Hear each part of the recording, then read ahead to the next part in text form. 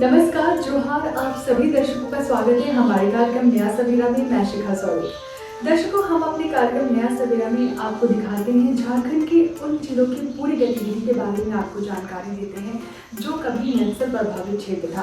क्योंकि अब लोग जागरूक होने लगे हैं, केंद्र और राज्य सरकार की योजनाएं धरातल पर उतर गई हैं, लोग आत्मनिर्भर होने लगे हैं, सही और गलत की पहचान करने लगे हैं।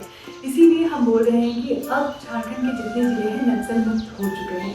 तो चलिए आज के इस कड़ी में हम आपको लेके चलेंगे राहे प्रखंड, जो कभी नक्सल प्रभावित क्षेत्र था, अब नक्सल मुक्त हो चुका है।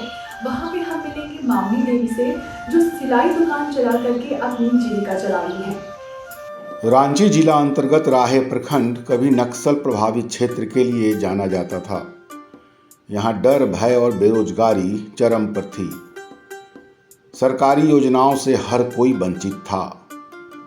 पलायन बदस्तूर जारी था। ऐसे में महिलाओं की स्थिति कितनी दयनीय रही होगी, इसका सहज ही अनुमान लगाया जा सकता है। जोहार, नया सवेरा कार्यक्रम में आप सबों का स्वागत है। आज हम रांची जिले के राहे प्रखंड आ पहुंचे हैं। एक समय यह क्षेत्र नक्सल प्रभावित क्षेत्र हुआ करता था, लेकिन पुलिस प्रशासन और सरकार की नीतियों के कारण अब लगभग नक्सल मुक्त हो चुका है। केंद्र सरकार और राज्य सरकार की विभिन्न योजनाएं यहां पहुंच रही है और तेज़ी से विकास हो रहा है। आज आपको एक ऐसी महिला लाभुक से मिलवाएंगे जो JSLPS के सहयोग से सिलाई का काम कर रही है। इनका नाम मामनी देवी है। तो आइए इनसे मिलते हैं और जानने का प्रयास करते हैं कि वो कब से सिलाई का काम कर रही है और इनकी ज़िंदगी में कितना परिवर्तन आया है। जोहार, मेरा नाम मामनी देवी है और मैं राहे की रहने वाली हूँ। मेरा समिति का नाम है एकता सखी मंडल, जिसकी मैं सचिव हूँ। अभी हम लोग जो समिति में जोड़े हैं उसका संग हम लोग जो 17/9/2017 को जोड़े थे हम लोग। तब से हम लोग का काफ़ी बदलाव आया है। दुकान ये चल रहा है मेरा आपका 18 से। हाँ, ट्रेनिंग के लिए हम जो आते हैं सरकार से ना सिलाई सिखाने के लिए, वो वही 2 महीना के लिए सीखे थे। उसके बाद फिर उसी से स्टार्ट किए और समिति का जो JSLPS से सिखाया जाता है उसमें भी आधा सीखे थे। तो JSLPS के अनुसार जो सीखे उसी के आधार पे हम लोग ये समिति में जो बातचीत हुआ कि पैसा लोन उनका होता है ना, उसके माध्यम से सबसे पहले तो हम लोग बाहर नहीं निकले थे, क्योंकि हम लोग हाउस वाइफ हैं और हाउस वाइफ को हम लोग का मेरे सास ससुर कोई नहीं निकलने देते थे। उसके बाद फिर चाची लोग से बातचीत हुआ, बाहर निकले तो बैठते हैं ना ऐसे ही, तो फिर बोले कि चलो हम लोग समिति बैठेंगे, समिति एक जुड़ेंगे। तो फिर हम लोग बोले कि समिति जुड़ेंगे लेकिन मेरे सास निकलने नहीं देंगे। तो बोले कि नहीं, बात करते हैं ना। फिर चाची सबसे हम लोग मिलके एक समिति बनाए, 12 सदस्य से एक समिति बनाए, जिसका नाम हम लोग का एकता सखी मंडल है। वो हम लोग का जुड़ा 17/9/2017 को। उसके बाद हम लोग का जो CC लोन आया, उसके बाद उसी से हम एक सिलाई मशीन खरीदे। समय बदला तो हालात भी बदले और लोगों की तकदीर बदलने लगी। जब सरकार ने ठान लिया कि सरकारी योजनाएं आम जनता तक पहुंचनी चाहिए, तो जिला प्रशासन ने इसमें अहम भूमिका निभाई। लेकिन इस बीच कई महिलाएं खुद भी आत्मनिर्भर बनने के लिए मेहनत करने लगीं।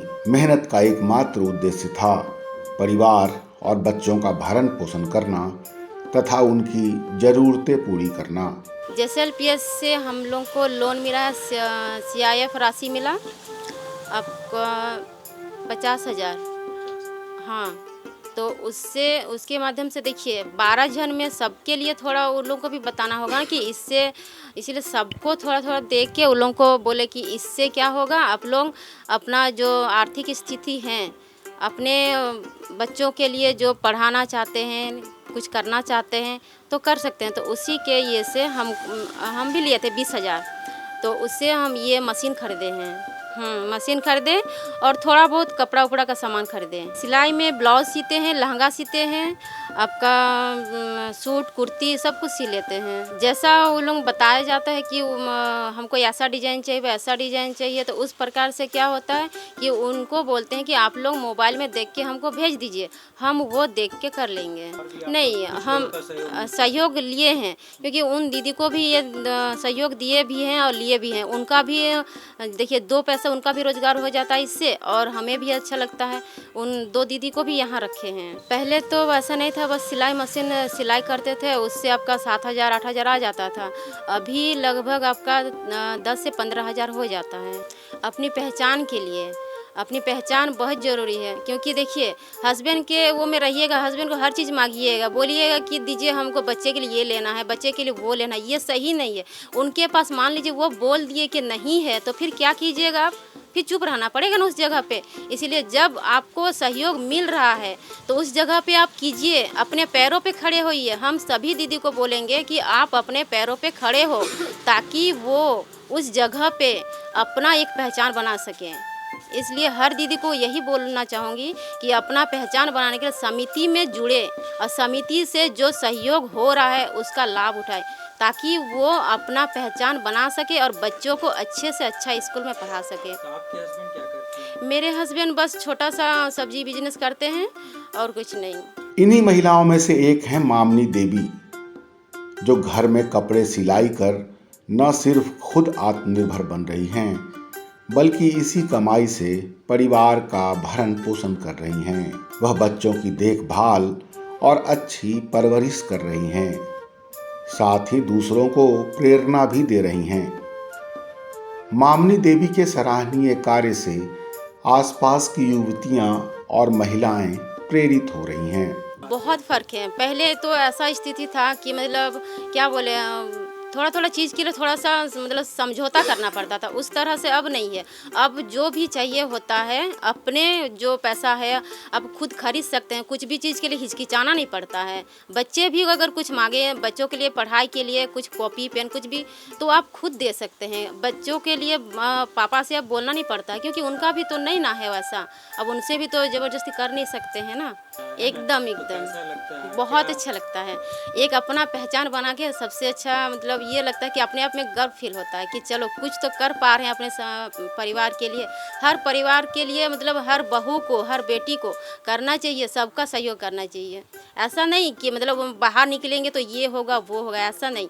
बाहर निकलना चाहिए, बाहर निकल के देखना चाहिए, ताकि उस जगह पे ऐसा हो, अपना पहचान तो होगा ही, परिवार का भी सहयोग होता है। नहीं देखिए उस तरह का कर पाते नहीं होता, लेकिन ये है कि समिति में जुड़ने के बाद ये हुआ हम लोगों को कि समिति में सब दीदियों से ये पता चलता है कि मतलब किस तरह से कहाँ से क्या होता है। समिति में बैठक के बाद ही पता चलता है कि मतलब किस तरह से सबका एक दूसरे का दुख बांटा जाता है, एक दूसरे का साथ दिया जाता है।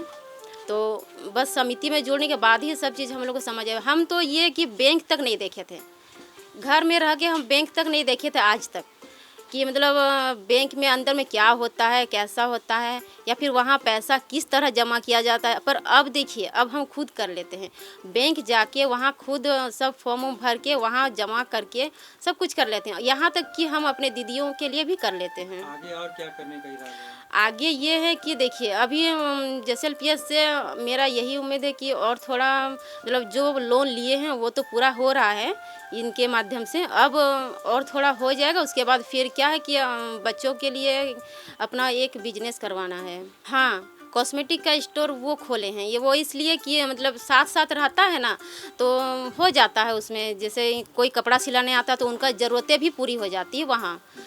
किसी को चूड़ी चाहिए, किसी को कान का चाहिए, तो मैचिंग का हो जाता है, तो आते हैं तो सबके लिए भी सही होता है।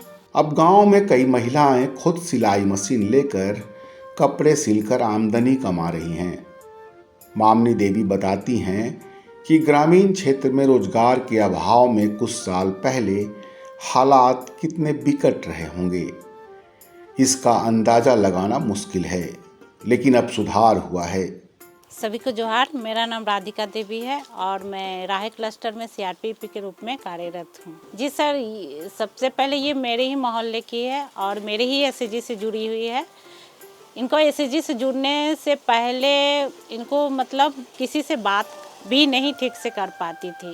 इनका सास ससुर का दबाव में ही रहती थी। घर से निकलने के लिए इनको 10 बार सोचना पड़ता था। और अभी घर से निकली, जैसे पीएस में जोड़ी और इतना बड़ा बिजनेस खड़ा की अपने बलबूते। इनका आर्थिक स्थिति तो बहुत ही ख़राब था, लेकिन अब इनका परिवर्तन बहुत अच्छा है। इनका पहले बैंक बैलेंस भी नहीं था, अभी इनका अपना खाता खुला हुआ है और उसमें अपना बैंक बैलेंस जमा कर ले रही है। पहले और अभी में बहुत ही अंतर आ गया है। सब महिला जैसे पीएस से जुड़ के बहुत जागरूक हो गई। पहले तो घर से निकलती नहीं थी। तो दर्शकों, देखा आपने किस तरह सिलाई दुकान चला करके मामी देवी आत्मनिर्भर बन गई हैं और अपने परिवार का पालन पोषण कर रही हैं और अन्य महिलाओं के लिए भी रोजगार के द्वार खोल रही हैं। तो चलिए कार्यक्रम में बढ़ते आगे। अब हम आपको लेके चलेंगे गांव गोंदा और वहां मिलेंगे रूबी देवी से, जो फल का दुकान चला करके खुद की जीविका कर रही हैं और आत्मनिर्भर बन रही है, रोजगार से जुड़ रही है। डोकादा पंचायत के गोमदा गांव की रहने वाली रूबी देवी इन दिनों अपने सराहनीय कार्यों के कारण न सिर्फ अपने गांव में बल्कि आसपास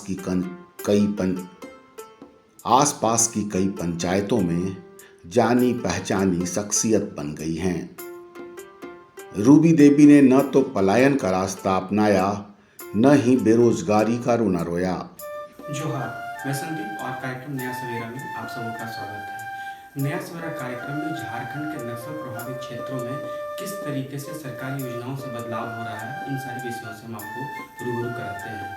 इसी कड़ी में हम आप पहुंचे हैं रांची जिला के राहे प्रखंड के गोंदा गांव में, जहां पे जेएसएलपीएस के माध्यम से महिलाएं आर्थिक रूप से सशक्त हो रही हैं। इसी कड़ी में रूबी देवी नाम की एक ऐसी महिला है जो जेएसएलपीएस के माध्यम से फल दुकान चलाकर अपनी जीविकोपार्जन का कार्य कर रही है। तो आइए इनसे हम जानते हैं किस तरीके से इनकी आमदनी बढ़ी है और जेएसएलपीएस के जीवन में क्या योगदान रहा है। आइए हम रूबी जी से जानते हैं। हमको इस योजना में सबसे पहले हम लोग समूह में जुड़े हुए थे। 10 रुपया का बचत करते थे। तब हम लोग हर सप्ताह जाते थे वहाँ समूह दीदी लोग का घर में बैठने के लिए। तो वहाँ दीदी लोग बोली कि चलो ग्राम संगठन में हड़िया दारू बेचती है, वहाँ एक फूलो जानो आशीर्वाद योजना का ये आया है। तो हम बोले कि अच्छा चलिए जाएंगे। एक दिन ग्राम संगठन गए, वहाँ हमको दीदी बताई, सकरिया दीदी की दीदी एक आया है योजना फूलो जानो आशीर्वाद योजना, तो आपको उसमें कुछ आर्थिक योजना मतलब मिलेगा, जिसमें आपको बिना ब्याज का मिलेगा। आप 50,000 तक है तो आप जितना आप ले सकते हैं। तो हम बोले कि हमको भी 20,000 चाहिए, फ़िलहाल हमको दुकान करना है, उसको छोड़ देंगे थोड़ा बहुत ख़राब लगता है। जेंट्स लोग आते हैं तरह तरह का बात बोलते हैं। तो बोले कि अच्छा ठीक है। सर सबसे बात किए और उसी टाइम मेरा मतलब सर लोग भी एग्री हुए। बोले कि क्या कीजिएगा, तो हम बोल दिए कि फल का दुकान खोलेंगे सामने ही। तो अभी वही 20,000 का पूंजी किए और दुकान के। तभी हम लोग का बहुत अच्छा आर्थिक व्यवस्था चल रहा है। बच्चा लोग भी स्कूल में अच्छा स्कूल प्राइवेट स्कूल में पढ़ा रहे हैं। और हम लोग का बहुत उस परिवर्तन में थोड़ा ख़राब लगता था। परिवार सबको भी ख़राब लगता, घर में जाके बोलता था हड़िया दो। अभी इसमें आ गए तो थोड़ा अगला आदमी भी अच्छा बोलता है कि चलो ये फल दुकान कर रहा है। ईटा पखना का भी उसमें मतलब गर्मी का सीजन में ना हड़ियादारी चलता है।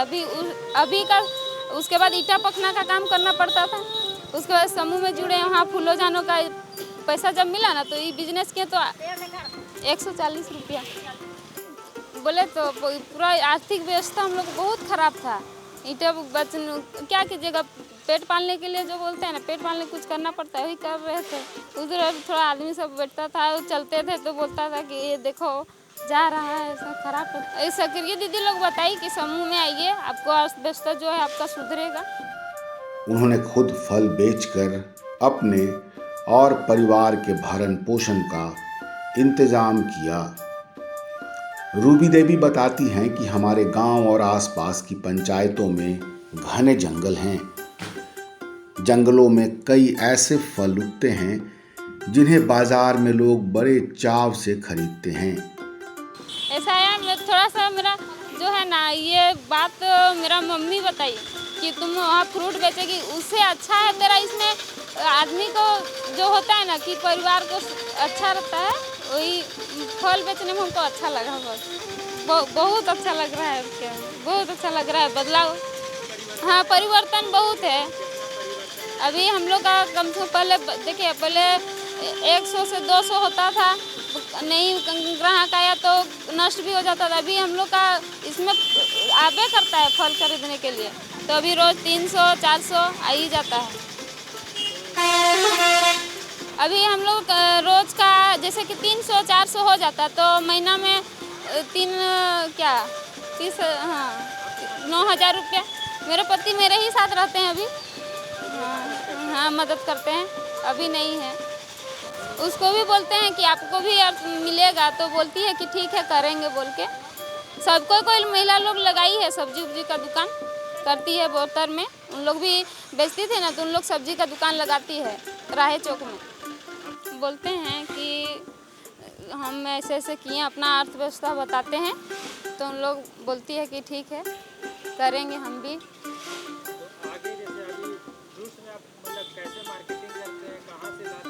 हम लोग का सिल्ली से आता है। हाँ, सिल्ली से आता है।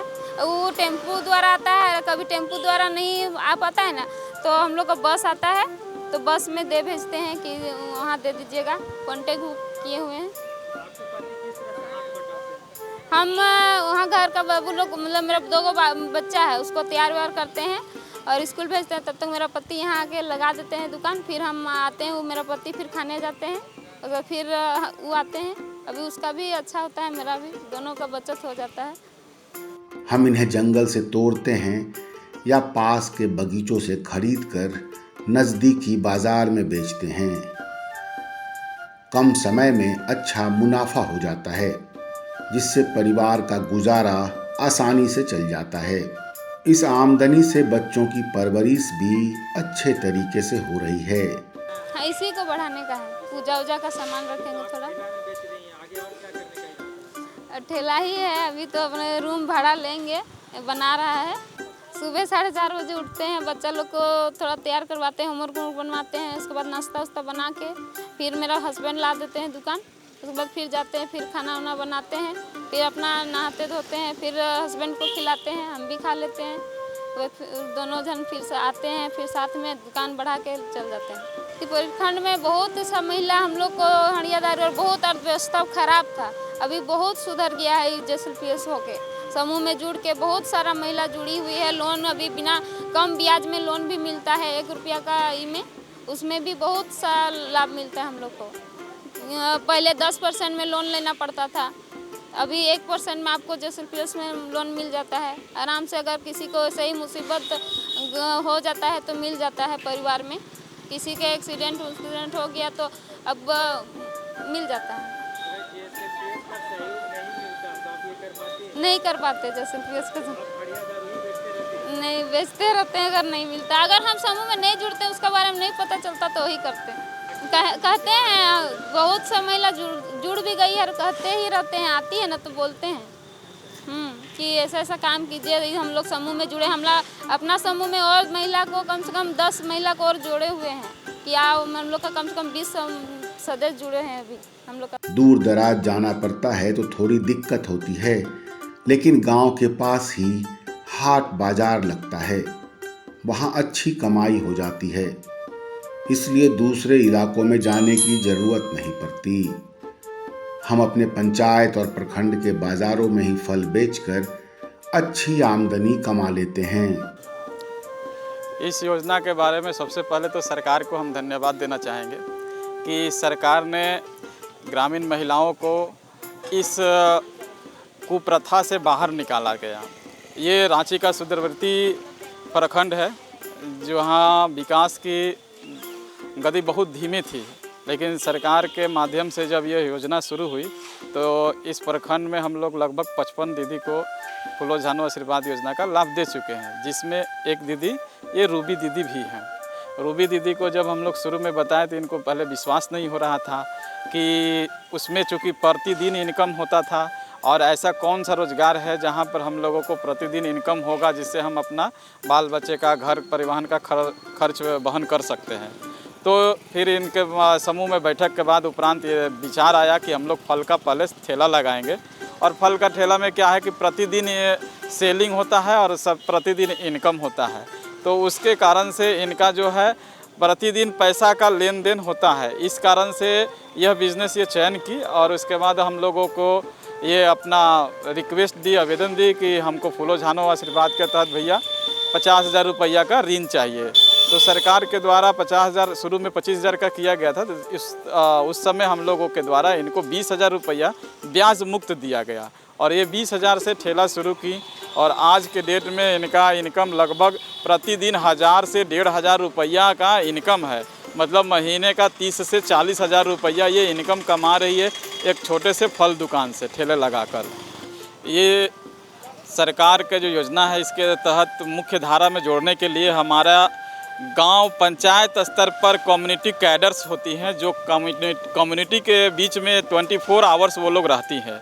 उन लोगों के माध्यम से गांव में हम लोग सर्वे करवा लेते हैं और उनके साथ में एक बार हम लोग ग्राम सभा या मीटिंग करके उनको मोबिलाइज करते हैं कि आप जीवन की मुख्य धारा से जुड़िए और इस तरह के गलत मतलब कारोबार को छोड़िए और अपना इज़्ज़त की ज़िंदगी को आप सम्मानपूर्वक जिएँ। इसके लिए हम लोग सभी को मोबिलाइज़ करते हैं और आगे के भविष्य के लिए मतलब जुड़ने में इसको चाहते हैं कि सब लोग जुड़ के लाभ उठाएं।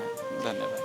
तो दर्शकों, देखा आपने किस तरह मामी देवी सिलाई दुकान चला करके आत्मनिर्भर हो रही है, तो वहीं दूसरी ओर हमने आपको दिखाया किस तरह रूबी देवी फल दुकान चला करके आत्मनिर्भर बन रही है, अपने परिवार का सही ढंग से पालन पोषण कर रही है और वहाँ की अन्य महिलाएं भी उनसे प्रेरित हो रही हैं। केंद्र और राज्य सरकार भी यही चाहती है कि महिलाएं शिक्षित हो, आत्मनिर्भर बने, रोजगार से जुड़ सके। बहुत सारी योजनाओं के द्वारा उन्हीं योजनाओं से जोड़ा जा रहा है, उन्हें रोजगार मुहैया भी कराया जा रहा है। कहा जाता है अगर एक महिला शिक्षित होती है तो आने वाली 3 पीढ़ियों को भी शिक्षित करती है। इसीलिए महिलाओं का शिक्षित होना बेहद ज़रूरी है, उनका रोजगार से जुड़ना बेहद ज़रूरी है, उनका आत्मनिर्भर बनना बेहद ज़रूरी है। तभी वो अपने परिवार का सही ढंग से पालन पोषण कर पाएंगी, उन्हें सही राह दिखा पाएंगी। तो आज की इस नया सवेरा में इतना ही। तब तक के लिए हमें दीजिए इजाज़त। नमस्कार, जोहार।